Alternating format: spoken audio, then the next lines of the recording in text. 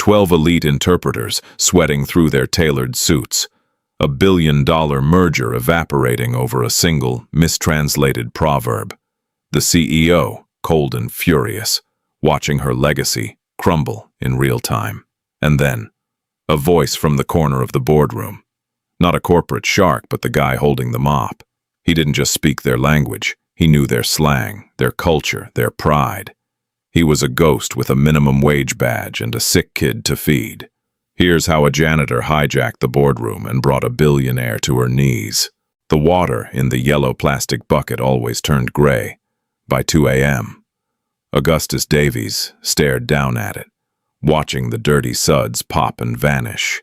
It smelled of industrial bleach and cheap pine, a scent that had permanently settled into the creases of his hands. He wrung out the mop. His shoulders ached with a dull, persistent throb. He was 34, but his spine felt 50. He pushed the mop across the Italian marble lobby of Montgomery Global. Left to right, right to left. The rhythmic shh was the only sound in the cavernous, glass-walled atrium. To the executives who strode past him during the day, Augustus wasn't a man. He was infrastructure. He was the human equivalent of a Roomba in faded blue overalls. They didn't see the heavy bags under his eyes or the way he subtly dragged his left leg when the damp weather flared up old shrapnel pain. They certainly didn't see the panicked math running constantly behind his eyes. Rent, $1,400. Inhalers for Leo, $120. Groceries, $300 if we skip meat. Electric bill, past due. Augustus finished the lobby and dragged his cart toward the service elevator. He pulled a cracked smartphone from his pocket, the screen webbed with fractures. A text from Mrs. Higgins, his elderly neighbor who watched his 6-year-old son at night. He's asleep. Coughing stopped around midnight. Left some soup on the stove for you. Augustus exhaled. The tension in his chest loosened just a fraction. Leo, a kid with lungs too small for the polluted city air, and a smile that could break a man in half. After Augustus's wife died, a sudden aneurysm that wiped out their savings, their future, and Augustus's anchor, he had stopped living. He merely survived. The high-stress, high-travel life he used to lead was impossible now. He needed a job where he could clock out, turn off his brain, and rush home to be a father. So he traded a passport stamped with 50 countries for a blue janitorial badge. He rode the elevator up to the 40th floor. Executive territory. This was the domain of Claire Montgomery.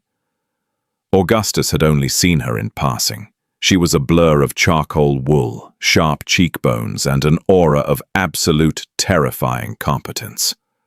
People didn't just walk out of her way. They evaporated. She was 32, inheriting a sprawling logistics and mining empire from a ruthless father, and spending every waking second proving she was twice as vicious as he had been. Tonight, the 40th floor was alive. It was 3:15 a.m., and the lights in the main boardroom were blazing. Augustus parked his cart in the shadow of a pillar. Through the soundproof glass walls, he watched a pantomime of high-end panic. Claire Montgomery stood at the head of a massive mahogany table. Her usually immaculate hair was pushed back, a slight fraying at the edges of her composure. She was surrounded by men in suits, all staring intently at screens, phones, and stacks of dossiers. They were prepping. Augustus knew the signs, the manic energy of an impending siege. He pulled a small battered earbud from his pocket and popped it into his right ear, hiding it beneath the collar of his shirt. He tapped his phone. A rapid-fire stream of news audio flooded his ear. Not English. It was a local broadcast from Kinshasa, spoken in rapid-fire Lingala. Augustus listened, his brain effortlessly categorizing the inflections, the political undertones, the subtle slang. He moved his mop, shh, left to right. Before his life collapsed into hospital bills and yellow buckets, Augustus hadn't been a nobody. He was the son of 2 nomadic anthropologists who dragged him through the poorest, most isolated, and most volatile regions on Earth. He didn't just learn languages in a classroom. He learned them in the dirt. He learned Arabic bargaining for bread in Amman. He learned Mandarin translating for mechanics in Shenzhen. He learned French, Swahili, Flemish, and Lingala, surviving a brutal 3-year stint running logistics for an NGO in the Democratic Republic of Congo. Languages weren't academic to Augustus. They were survival tools. He spoke 8 of them fluently, not just with grammatical perfection, but with the grit and grease of a local. He watched Claire Montgomery drag a hand down her face. She looked exhausted. For a brief second, the icy billionaire veneer cracked, and Augustus saw something he recognized all too well: the desperate, suffocating weight of being the only one holding the roof up. A man in a sharp suit stormed out of the boardroom doors. He didn't look at Augustus. He bumped right into the mop bucket, splashing dirty water onto the toe of his $600 Oxford shoe. "Jesus Christ!" the man hissed, glaring at the puddle. He finally looked up at Augustus. "Watch what you're doing, you idiot!" Augustus didn't blink. He didn't apologize. He just looked at the man's shoes, then up to his flushed, panicked face. "Floor's wet," Augustus said, his voice flat, gravelly. The man scoffed, turning back toward the boardroom. "Just clean it up.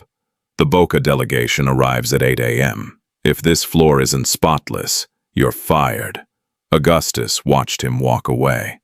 The Boca delegation. Augustus switched the audio on his phone to a French financial broadcast. The Boca Group was a notoriously insular consortium of Belgian and Congolese mining magnates.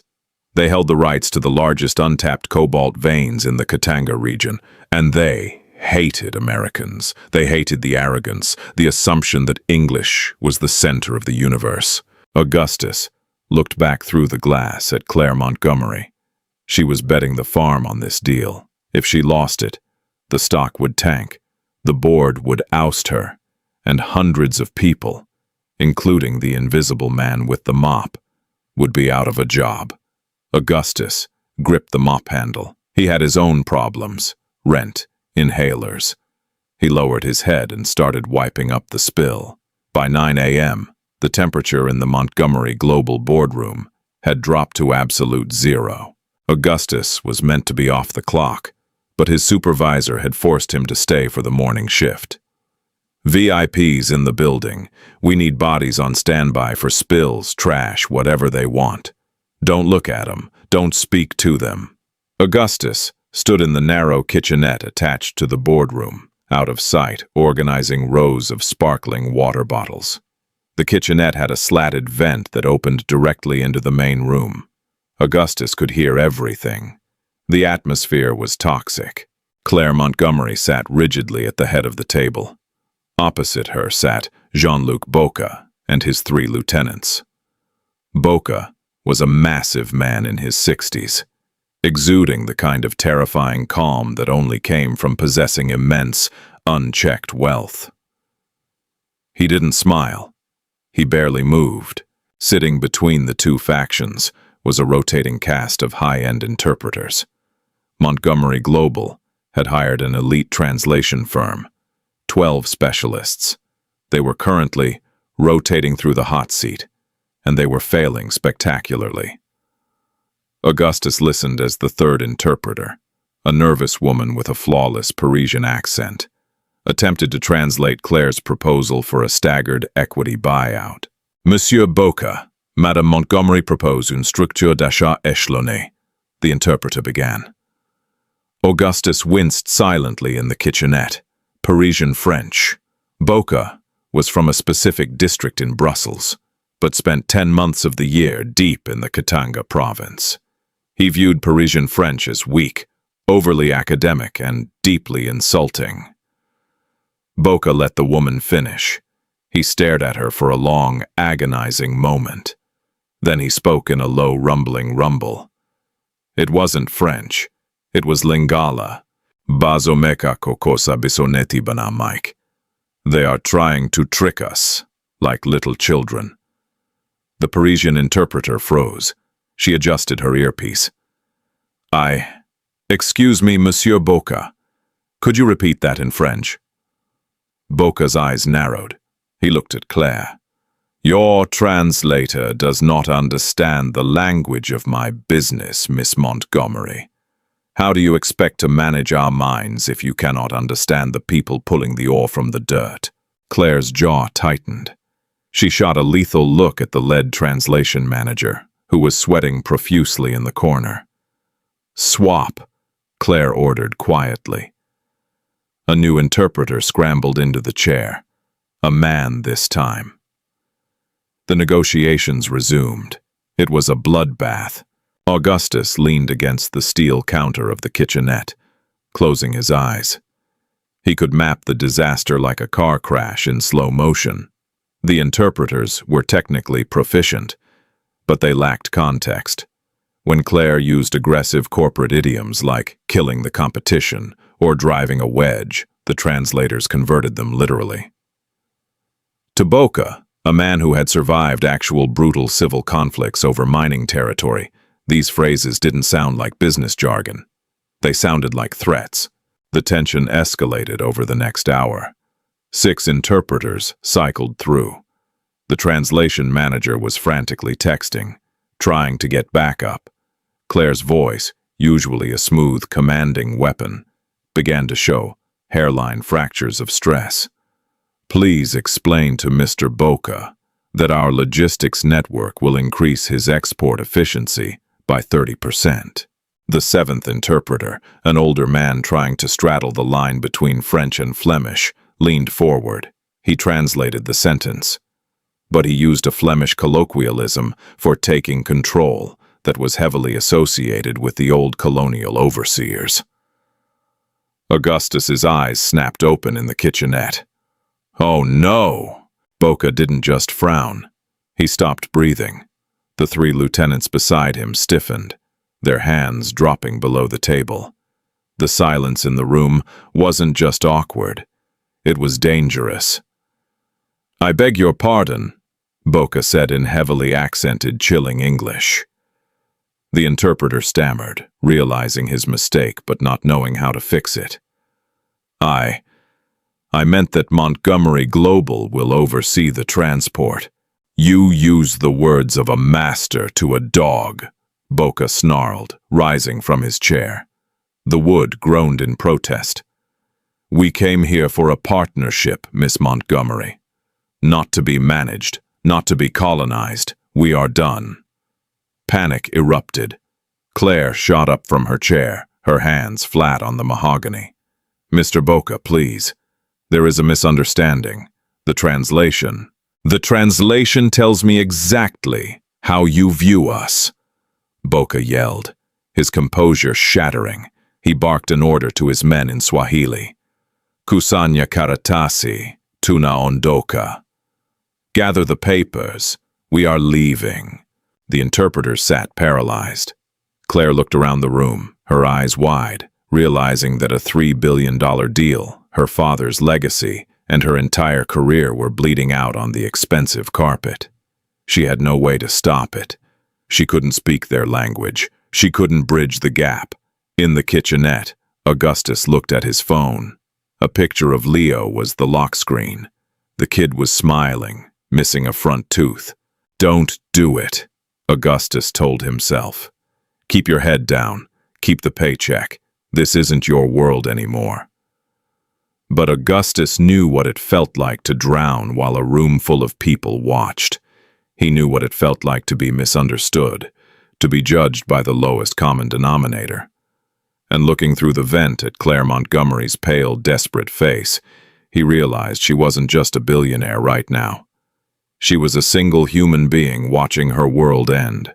Besides, Augustus hated bad translations.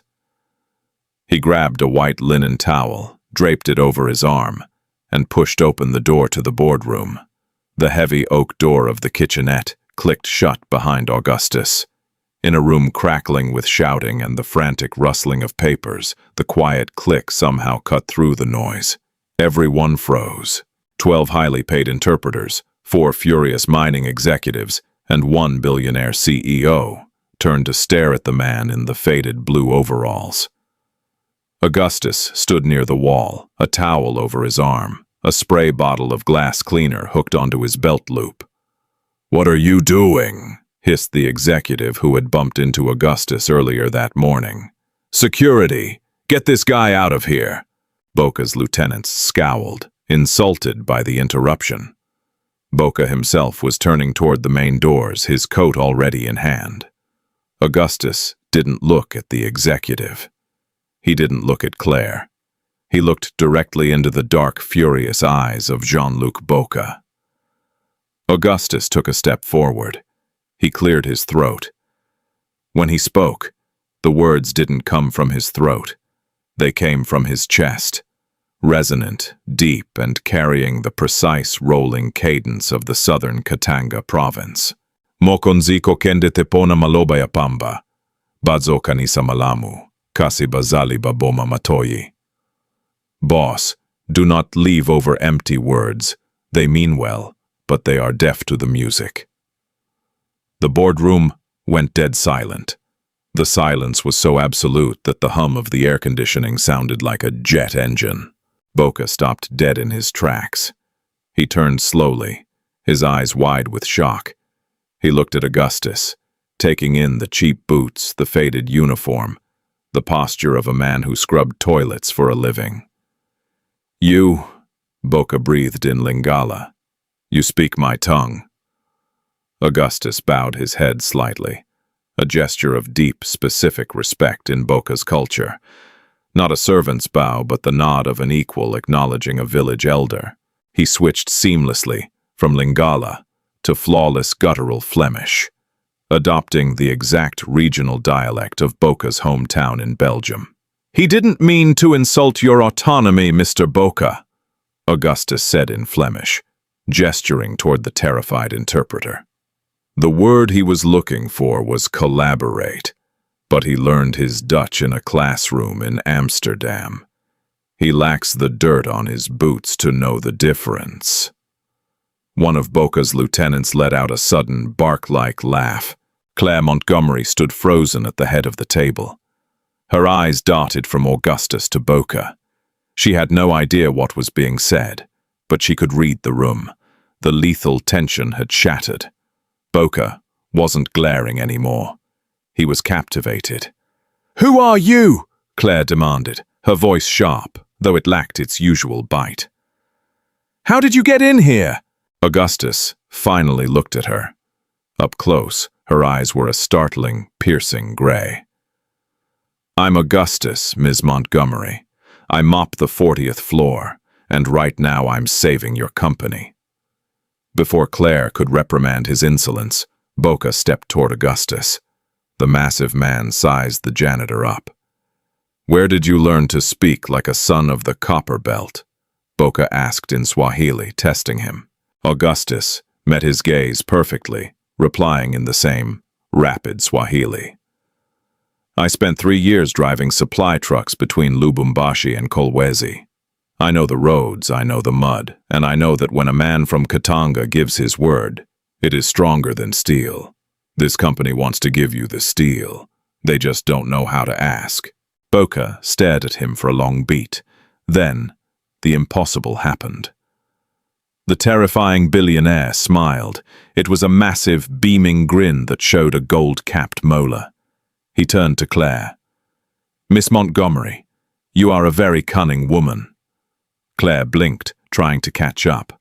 "I am." "You pretend to be foolish," Boca laughed, pointing a massive finger at Augustus. "You let these expensive idiots insult me just to reveal your true negotiator at the final moment. A man disguised as a peasant, but who speaks with the soul of my people. A test of my patience." Claire was a shark.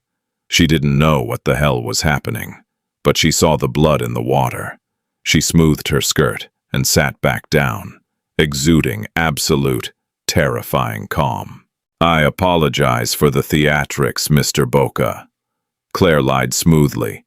never taking her eyes off Augustus. "We find it's the best way to see who we are truly dealing with. Augustus, please, take a seat." The translation manager sputtered.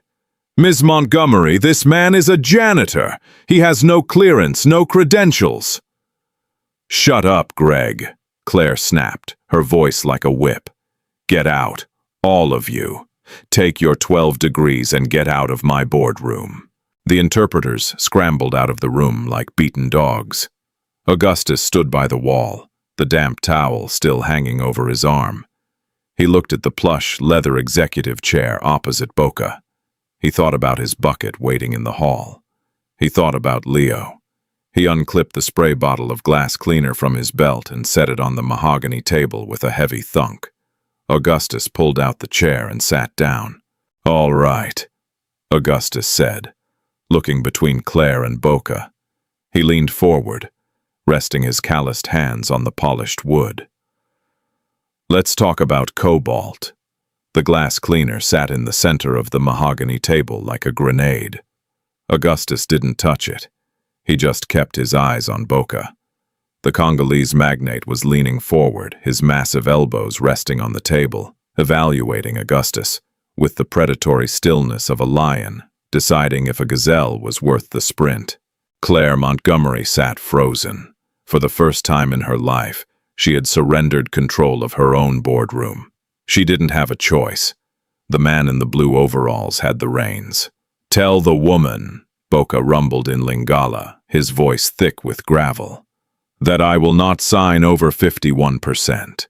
This is my soil. My ancestors bled into it. I do not rent it out to Americans in high towers." Augustus didn't immediately translate.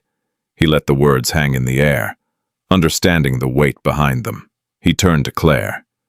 "He says the equity split is a non-starter," Augustus said in English, his voice calm, conversational. "Your proposal asks for a 51% controlling stake. To him, you aren't asking for a business partnership. You're asking for the deed to his house while he's still living in it. He views it as a surrender of sovereignty, not a financial transaction." Claire's corporate instincts flared. "That's standard for foreign infrastructure investments. We take the majority risk. We take the operational control. Explain to him that without our supply chain, his raw cobalt rots in the sun." Augustus looked at her. Her tone was sharp, algorithmic. She was playing chess, but Boca was playing poker with live ammunition. "I can tell him that," Augustus said quietly. "But if I translate that directly, he will walk out that door, and he will sell the rights to the Chinese consortium currently waiting at the Waldorf Astoria." Claire's eyes widened. She hadn't told anyone about the Chinese bid. It was a deeply buried intelligence report. "How do you know about that?" she whispered. "Because the guy sitting to Boca's left," Augustus nodded subtly toward a thin man with a scar on his jaw, "was complaining in Swahili about the terrible tea they were served at the Waldorf yesterday afternoon. Montgomery Global only serves coffee. You aren't his only meeting." Claire's throat swallowed dryly. She looked at the janitor, really looked at him. The heavy bags under his eyes, the permanent crease of exhaustion between his brows, the absolute, terrifying lack of intimidation in his posture. He wasn't afraid of her. He wasn't afraid of Boca. He was just a man doing a job. "What do I offer him, Augustus?" she asked. It was the first time she had used his name. It tasted strange in her mouth. Augustus turned back to Boca. He didn't use French. He didn't use Lingala. He switched to a highly specific, older dialect of Kikongo, a language spoken deeply in the rural mining communities. It was a language of labor, of the earth. "The woman understands your pride, Mokonzi," Augustus spoke softly, leaning in. "But she is a builder, not a conqueror. She does not want to rule your land. She wants to pave the roads so your trucks don't sink in the mud during the wet season. Give her 49%. Let her build the roads, you keep the soil. Boca's eyes widened slightly. Hearing Kikongo in a New York boardroom was like finding a diamond in a trash can. It bypassed his defensive armor completely. 49, Boca murmured in the same dialect. But she pays for the extraction machinery up front. No loans, cash. Augustus pivoted to Claire. Offer him 49%. He retains majority ownership, which saves his face in Katanga. In exchange, you front the capital for the extraction machinery out of pocket. No interest loans. You buy the shovels, he owns the dirt. Claire did the math in her head. It was a massive upfront expenditure, but the long-term yield with a 49% stake was astronomical. And more importantly, it kept the Chinese out. Done, Claire said firmly. Augustus turned back to Boca. He smiled, a genuine, tired smile that reached his eyes. He extended his right hand, gripping his own right forearm with his left hand, the traditional, deeply respectful handshake of the Katanga region. Twapangana, Augustus said. We have a deal. Boca let out a booming laugh that rattled the glass walls of the boardroom. He reached across the table and clasped Augustus's hand, his massive grip swallowing the janitor's calloused fingers. You are a wolf in sheep's clothing, my friend. Boca laughed in French. He looked at Claire, giving her a slow, appreciative nod. You have my signature, Miss Montgomery. Have your lawyers send the amended papers to my hotel, but only if this man delivers them. He will, Claire said, her heart hammering against her ribs. The next 10 minutes were a blur of handshakes and departing pleasantries. The Boca delegation swept out of the boardroom, leaving behind a sudden, ringing silence. Claire stood alone at the head of the table. Augustus was already standing by the wall. He picked up his spray bottle and hooked it back onto his belt. He draped the dirty towel over his arm. He didn't look like a savior. He looked like a man who was 10 minutes late for his next shift. Augustus, Claire said, her voice echoing in the empty room. He stopped, his hand on the handle of his mop bucket. Yeah. How did you do that? She asked, walking slowly toward him. The adrenaline was fading, leaving her feeling brittle and exposed. Who are you? I'm the guy who cleans the 40th floor, Augustus said. His voice was flat. The charismatic, commanding negotiator was gone. The exhausted father was back. And my shift ended an hour ago. If I miss the 10:15 bus, I don't get home until noon. Claire frowned, genuinely bewildered. People didn't speak to her like this. They groveled. They postured. I just closed a $3 billion acquisition because of you. You're not leaving. Sit down. I want to know your background. I want to know why a man with your linguistic profile is pushing a mop. Augustus turned to face her. The look in his eyes was so devoid of corporate reverence that it physically stopped her in her tracks. Ms. Montgomery, Augustus said quietly, you have $3 billion. I have $12 in my checking account and a son with asthma who has been coughing since midnight. You measure time in fiscal quarters. I measure it in inhaler puffs. I don't care about your deal. I don't care about your boardroom. I just want to go home to my kid. He pushed the yellow bucket toward the door. The wheels squeaked loudly. I'll clean the lobby tomorrow, he said over his shoulder. The heavy door clicked shut.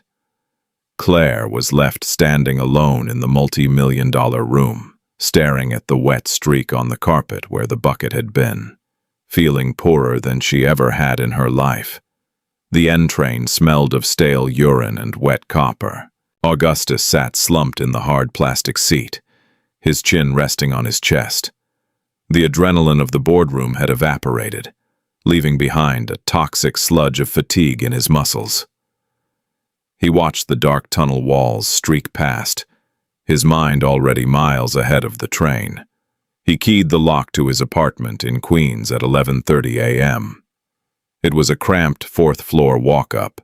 The air inside was thick and warm, smelling faintly of chicken broth and Vicks Vapo Rub. Mrs. Higgins, a stout woman in her 70s with a heart of gold and a bad hip, was sitting in the worn armchair by the window, knitting. "He's still asleep, Artie," she whispered, looking up. "Fever broke around dawn. His breathing is steady." Augustus dropped his keys into the ceramic bowl by the door. The sound was too loud in the quiet room. "Thank you, Martha. I'm sorry I'm late. The shift went long." He pulled 2 crumpled $20 bills from his wallet and handed them to her. It was exactly half of the cash he had left to his name. She tried to refuse, as she always did, but he pressed it into her wrinkled hand. When she left, Augustus walked into the tiny bedroom. Leo was a small lump under a faded Spider-Man blanket. His pale face was peaceful, his chest rising and falling with a slight papery wheeze. Augustus knelt by the bed. He pressed the back of his rough hand against Leo's forehead. Cool. No fever. He closed his eyes, leaning his head against the mattress. The crushing weight of his reality settled back onto his shoulders. The boardroom felt like a fever dream. Speaking Kikongo to a billionaire. Sparring with a corporate titan. It was a different universe, one he had abandoned when Sarah died. Sarah. Augustus looked at the framed photo on the nightstand. Sarah smiling in a dusty Jeep in Kigali, her hair tied back in a bandana. She had been the fierce one. She was the one who dragged him across continents, setting up supply lines for cholera clinics, laughing through the chaos. When the aneurysm took her, sitting at the kitchen table on a random Tuesday, it didn't just stop her heart. It stopped Augustus's world. He couldn't be the man jumping out of helicopters anymore. He had to be a ghost.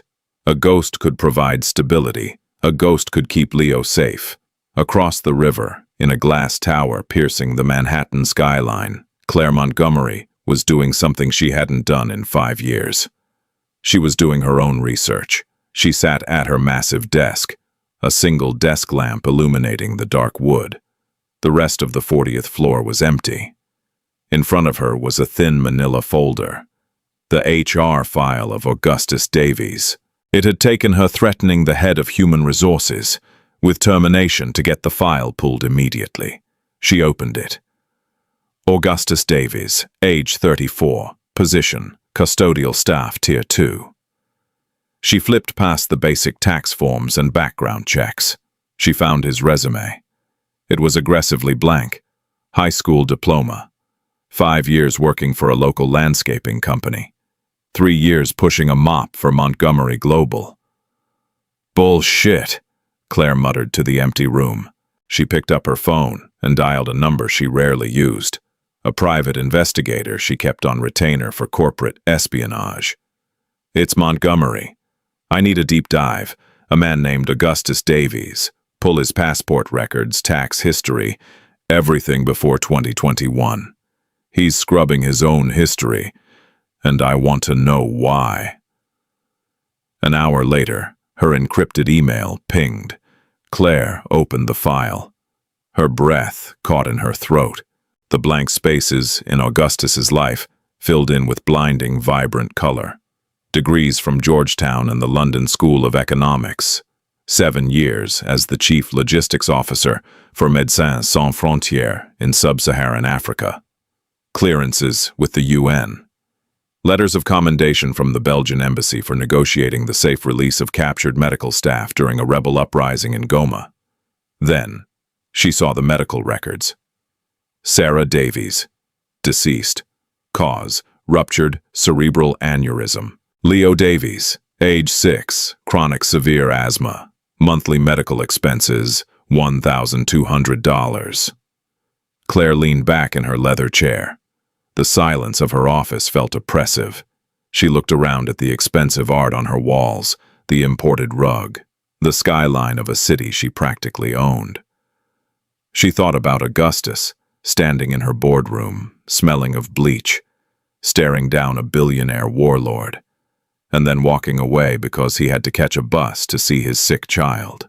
She had spent her entire life evaluating people by their leverage. What did they want? What were they afraid of? How could she use it? Augustus Davies didn't want her money. He wasn't afraid of her power. He was a man utterly stripped of ego, operating on the pure, terrifying fuel of a father's survival instinct.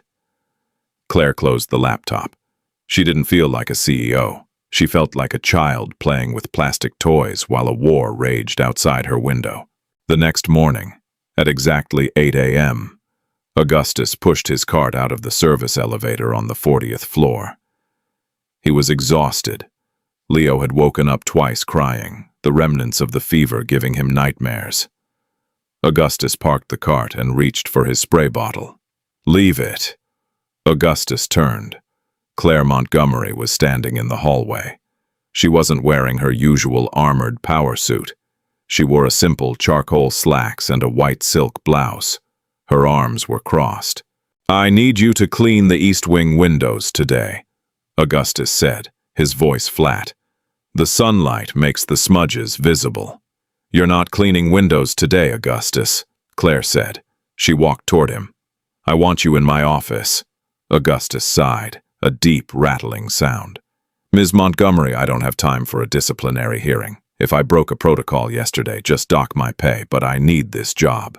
"You don't have this job anymore," Claire said. Augustus's stomach plummeted. Panic, cold and sharp, spiked in his chest. Rent, inhalers, food. "Look, I know I overstepped. I'm firing you as a janitor," Claire interrupted, her voice softening just a fraction. "And I am hiring you as the Vice President of African Operations and Chief Linguistic Liaison." Augustus stared at her. The words didn't compute. "I don't have a suit." "I will buy you a suit." "I don't want a suit," Augustus said, his voice hardening. He gripped the handle of the mop cart. "I don't want your corporate games. I don't want to sit in boardrooms and lie to people for a living. I did my time in the trenches. I'm done." Claire didn't flinch. She stepped closer, invading his personal space. She looked up into his eyes. "I read your file, Augustus," she said quietly. Augustus's jaw locked. The muscles in his neck strained. A flash of pure, unadulterated rage crossed his face. "You had no right to do that. I'm a CEO. I don't care about rights. I care about assets," Claire said, falling back into her ruthless cadence to mask her own discomfort. "You are an asset. You spent 7 years keeping clinics alive in active war zones. You speak 8 languages. You negotiated a $3 billion deal in 5 minutes. Pushing a mop is an insult to your intellect and a waste of my oxygen." "My life is none of your business," Augustus hissed, stepping toward her. For a second, he wasn't the janitor. He was the man who had stared down warlords. Claire held her ground. She reached into her pocket and pulled out a piece of heavy, cream-colored cardstock. She held it out to him. Augustus didn't take it. He looked down at it. "It's a contract," Claire said. "Base salary of $400,000 a year. But that's not the part you care about." She pointed a manicured finger at the second paragraph. Section 4. Platinum Tier Corporate Medical Coverage. Fully vested on day 1. It covers specialists. It covers pediatric pulmonologists. It covers everything. Augustus's eyes dropped to the paper. His vision blurred slightly. The words pediatric pulmonologist hit him like a physical blow. He thought about the agonizing math he did every time he went to the pharmacy. The terrifying sound of Leo wheezing in the dark. "Why?" Augustus asked, his voice cracking just a fraction. "Because I need you," Claire said, dropping the corporate facade entirely. Her gray eyes were completely sincere. "I am surrounded by yes-men, sycophants, and cowards. 12 interpreters failed yesterday because they were terrified of making a mistake. You succeeded because you didn't care about my money. You only cared about the truth." Augustus stared at the contract. It was a lifeline. It was a golden ticket out of the suffocating, terrifying poverty that had trapped him for 3 years. "I have terms," Augustus said, his voice thick. "Name them." "I don't clock in at 6 a.m. I drop my son at school at 8, and I walk in at 8:30, Augustus said, looking up at her. "And I leave at 5 p.m. "Not 5:30, not 6, 5. I pick him up. My kid doesn't schedule his asthma attacks around your quarterly earnings." "Done," Claire said instantly. "And I don't play politics," Augustus continued, his eyes narrowing. "If your executives are being idiots, I'm going to tell them they're being idiots. If a deal is bad for the locals on the ground, I will kill it. I will not be your corporate hitman." Claire smiled. It was a terrifying, genuine smile. "Augustus, that is exactly what I am paying you for." 2 days later, Augustus walked onto the 40th floor. He wasn't wearing blue overalls. He was wearing a suit. It wasn't a bespoke Italian masterpiece. It was a dark navy off-the-rack suit from a mid-tier department store. The sleeves were a fraction too long and the shoulders didn't quite sit flush. But as he walked past the glass walls of the executive suites, the air shifted. The executives who had ignored him for 3 years stared. The man who had bumped into his bucket spilled coffee on his own tie when he saw Augustus walking toward Claire's office. Augustus walked in without knocking. Claire was sitting at her desk, reviewing a stack of contracts. She looked up. She took in the cheap suit, the slight scuff on his brown shoes, and the absolute lack of apology in his posture. "You look like a detective in a bad 90s movie," Claire said smoothly. "I bought it at Macy's," Augustus said, sitting down in the leather chair opposite her. He didn't wait to be invited. "It was on sale. Where are we starting?" Claire pushed a thick dossier across the desk. "The Boca delegation is hosting a formal dinner tonight at the Pierre Hotel. Black tie. We are finalizing the machinery transport logistics. You are my +1. Augustus frowned. "I don't have a tuxedo. And I told you I leave at 5 o'clock. I hired Mrs. Higgins a private nursing service for the evening, fully paid," Claire said without missing a beat. "And a tailor will be at your apartment at 3 p.m. Do not argue with me, Augustus. You are the only reason Boca is speaking to us. You need to be there." Augustus sighed, rubbing the bridge of his nose. "Fine, but I'm not eating caviar. It tastes like ocean dirt." The dinner at the Pierre Hotel was a masterclass in opulent anxiety. The ballroom dripped with crystal chandeliers and the hushed, nervous chatter of New York's elite. Waiters in white gloves floated through the room, carrying silver trays of champagne. Augustus stood near the bar, looking incredibly uncomfortable. The tuxedo fit him perfectly, highlighting the broad, lean musculature built from years of manual labor. But he wore it like a cage. He held a glass of club soda, watching the room with the analytical eyes of a soldier in hostile territory. Claire walked over to him. She was wearing a stunning, floor-length emerald gown. She looked like royalty. "You're brooding," Claire said, taking a sip of her champagne. "Stop it. You're scaring the hedge fund managers." "They should be scared," Augustus muttered, taking a sip of his soda. "Half of the men in this room are currently trying to figure out how to exploit the labor laws in Katanga. The other half are trying to figure out who I am."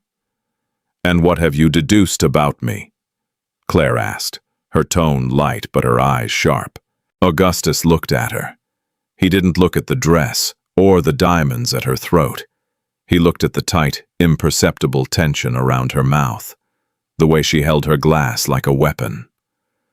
"You're lonely," Augustus said simply. The word hit Claire like a physical blow. The easy corporate smile vanished from her face. She stiffened, her armor slamming shut. "Excuse me?" You're surrounded by 300 people, and you haven't had a real conversation with a single one of them, Augustus said, his voice quiet, devoid of judgment. You inherited a kingdom built on blood and spreadsheets. You spend every day terrified that if you show a single crack of weakness, they'll tear you apart. You're just as trapped in your tower as I was in my basement. Claire stared at him. Her chest rose and fell rapidly. No one spoke to her like this. No one dared. They flattered her. They feared her. But no one saw her. For a terrifying second, she wanted to fire him. She wanted to banish him back to the yellow buckets so she could go back to being perfectly, numbly in control. But then, she looked at the scars on his knuckles, the permanent grief etched around his eyes. He had lost everything, and yet, he was the only person in the room who wasn't afraid. You're an arrogant man, Augustus Davies, Claire whispered, her voice unsteady. I'm a janitor, Augustus replied softly. I just know how to read the dirt. Before Claire could respond, a booming voice echoed across the ballroom. Ah, the wolf! Jean-Luc Boca was striding across the room, ignoring the panicked executives trying to hand him business cards. He walked straight up to Augustus, his massive arms wide open. Boca ignored Claire entirely. He grabbed Augustus by the shoulders and pulled him into a bone-crushing hug. Ndeko Nangai, Boca boomed in Lingala. My brother. Augustus smiled, clapping the massive man on the back. Mokonzi, you look ridiculous in a bow tie. Boca threw his head back and roared with laughter. The entire ballroom went dead silent, staring at the terrifying billionaire, laughing with a man nobody recognized. Boca finally turned to Claire. Miss Montgomery, your wolf has insulted my clothing. I demand a higher percentage of the transport revenue. Claire smiled. The tension in her chest evaporated, replaced by a strange, unfamiliar warmth. She looked at Augustus. You'll have to take that up with my vice president, Mr. Boca, Claire said smoothly. He handles all the negotiations, and he doesn't come cheap. A week later, the honeymoon phase of the Boca acquisition officially died in Conference Room B. Montgomery Global's executive committee did not like Augustus Davies. They didn't care that he had salvaged the biggest deal of the decade. To them, the corporate hierarchy was a religion. You put in the hours. You went to the right Ivy League schools. You played golf in the Hamptons. You did not teleport from the janitorial closet to a VP leather chair. Richard Hayes, the chief financial officer, made it his personal mission to expose Augustus as a fluke. Hayes was a man who looked like he had been born wearing a starch-collared shirt. He operated strictly on algorithms, profit margins, and a deep-seated belief that anyone below a six-figure salary was statistically insignificant. It was 10 a.m. The boardroom was packed. Claire sat at the head of the table, her face an unreadable mask. Augustus sat to her right. He was wearing his Macy's suit, an open collar, and a Casio watch that cost $14. Hayes stood at the front of the room, tapping a laser pointer against a massive screen, displaying a complex supply chain map of the Democratic Republic of Congo. The extraction machinery ships out of Antwerp next Tuesday, Hayes announced smoothly, clicking to a new slide filled with bar graphs. It lands in the port of Matadi by the 14th. From there, we contract local freight carriers to truck the drilling rigs directly across National Route 1 to Kolwezi. We estimate a transit time of 8 days. Operations commence by the 25th. It's an aggressive timeline, but it maximizes Q3 returns. Hayes smiled a thin, predatory smile and looked directly at Augustus. Unless our new VP of African Operations sees a flaw in the basic arithmetic. The room went quiet. 10 pairs of expensive eyes shifted to Augustus. They were waiting for the imposter to stumble. Augustus looked at the map on the screen. He didn't look at the graphs. He didn't look at the projected profit margins. He looked at the thin red line tracing from the western coast of Africa straight into the deep interior. Augustus leaned forward. He rested his forearms on the table. "You're sending 70-ton drilling rigs down National Route 1 in late October." "That is the designated highway, yes," Hayes said, his tone dripping with condescension. "Is there a translation issue, Mr. Davies?" "No," Augustus said flatly. "There's a reality issue. You're looking at a line on a map. I've driven that line." Augustus stood up. He didn't ask for permission. He walked to the front of the room, taking the laser pointer right out of Hayes's hand. Hayes blinked, offended by the breach of protocol. Augustus pointed the red dot at a stretch of the map between Kinshasa and Kikwit.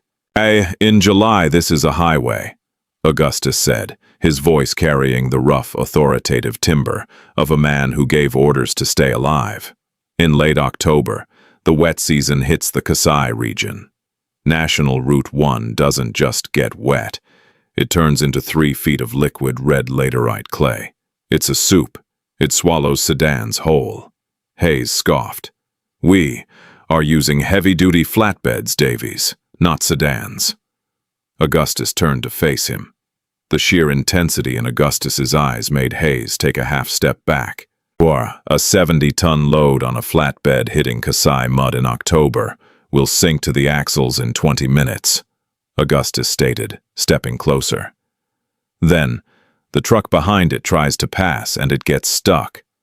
By day 3 you have a 70-mile traffic jam of stranded freight. The drivers run out of water. The locals start charging $50 for a single bottle.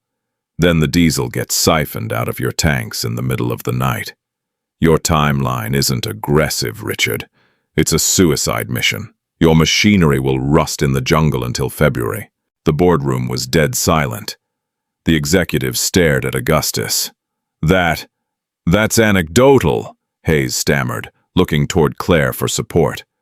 "The satellite data shows the road is clear." "Satellites don't pull trucks out of the mud," Augustus snapped. I did, for 3 years."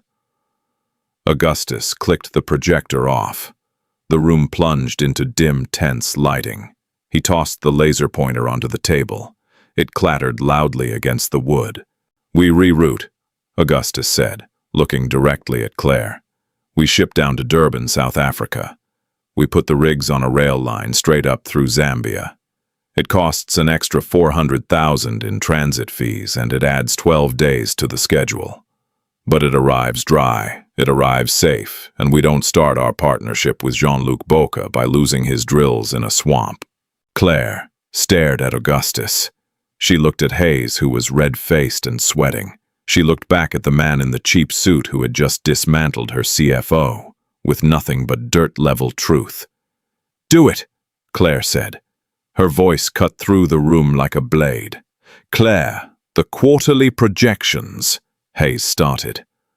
"Are fiction, Richard," Claire interrupted coldly. "Augustus is dealing, in fact. Make the call to Durban. Reroute the shipment." She stood up, signaling the end of the meeting. The executives scrambled to pack their briefcases, eager to escape the suffocating tension. As the room emptied, Augustus stayed by the screen. He ran a hand over his face. He looked exhausted. The adrenaline was fading, leaving the familiar dull ache in his bones. Claire walked up beside him. She looked at the blank screen. "You didn't have to humiliate him," she said quietly. "If I didn't humiliate him, he wouldn't have listened," Augustus replied, not looking at her. "Men like Hayes only respect a bloody nose. They think the world is built on spreadsheets. They forget that someone has to dig the hole." Claire looked at Augustus's profile, the sharp line of his jaw, the permanent shadow of fatigue under his eyes. "You protected my company today." Augustus finally turned his head. "I protected the drivers who would have been stranded in the mud.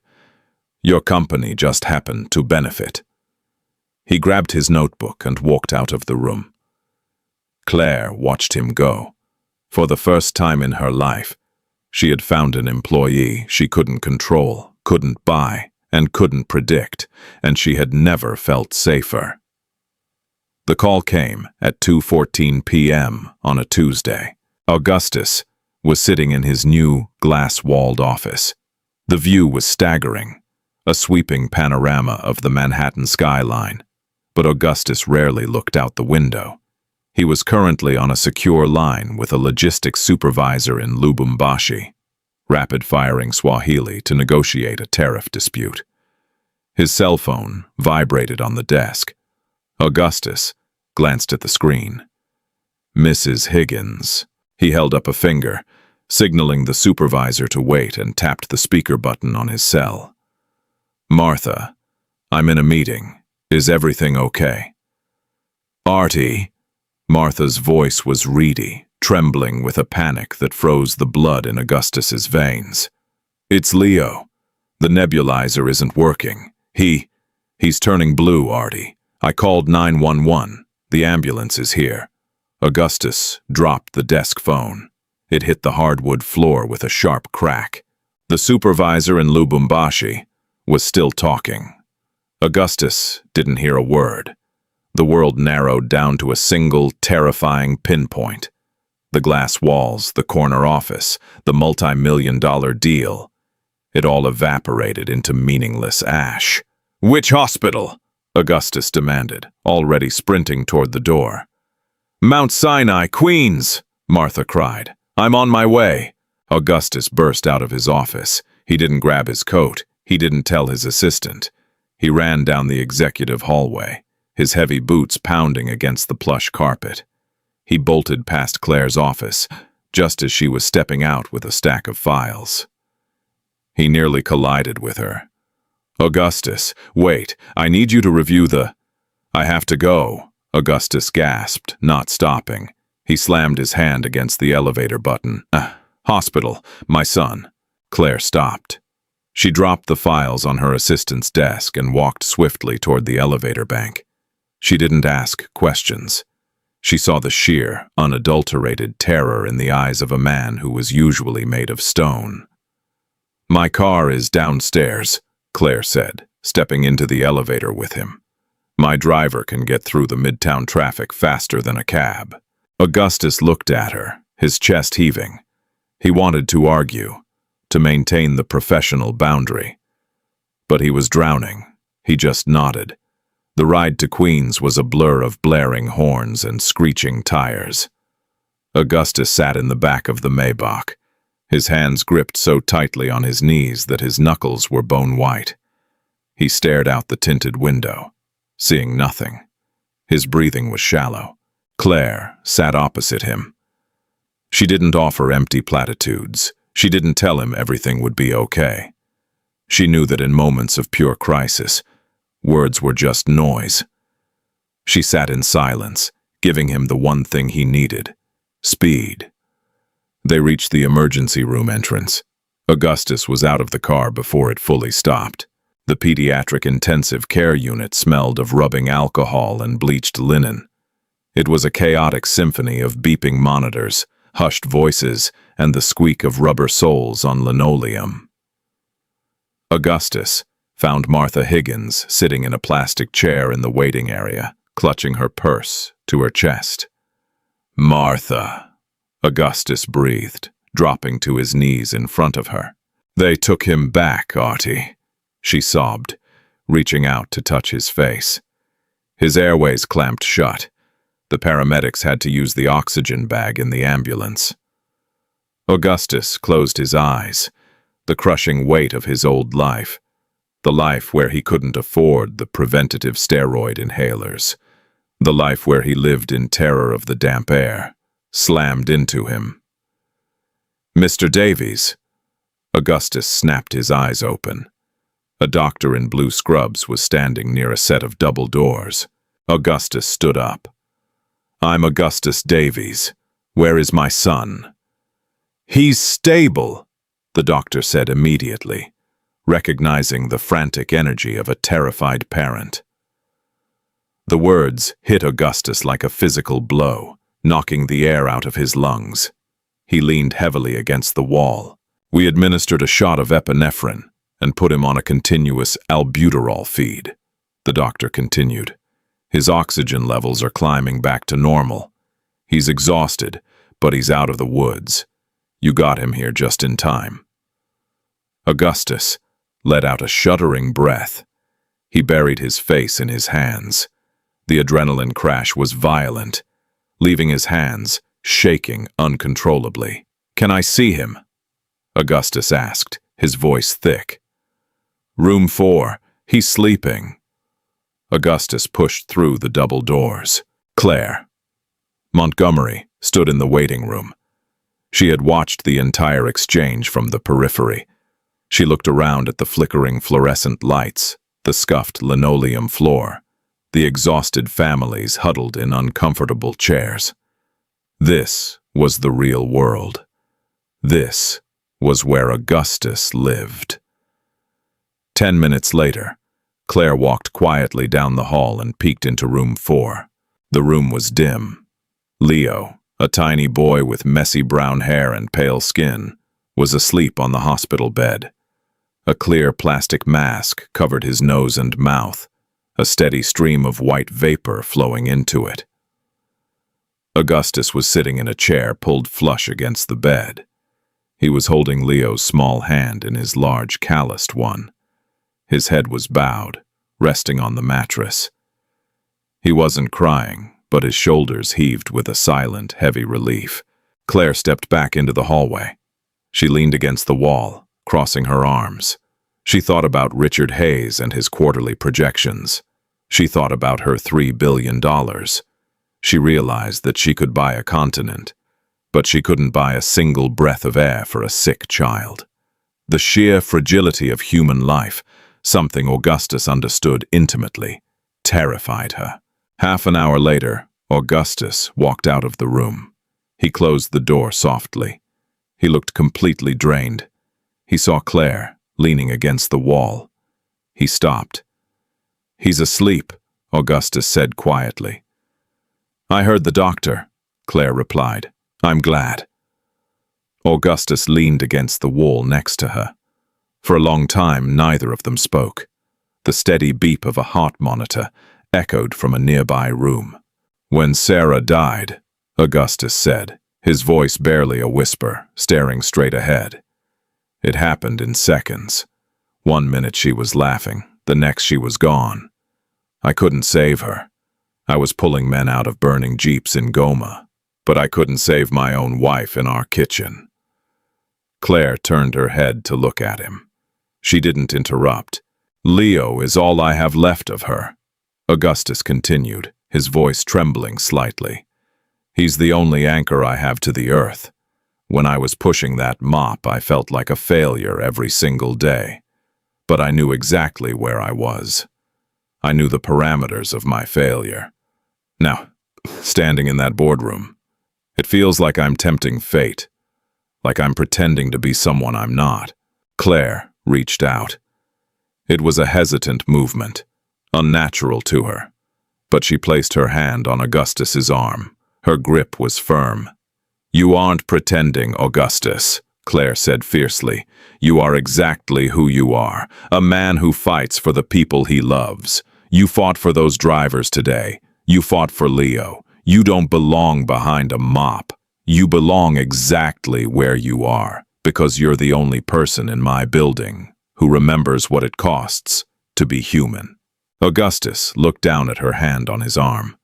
He looked up into her gray eyes. The icy, untouchable billionaire was gone.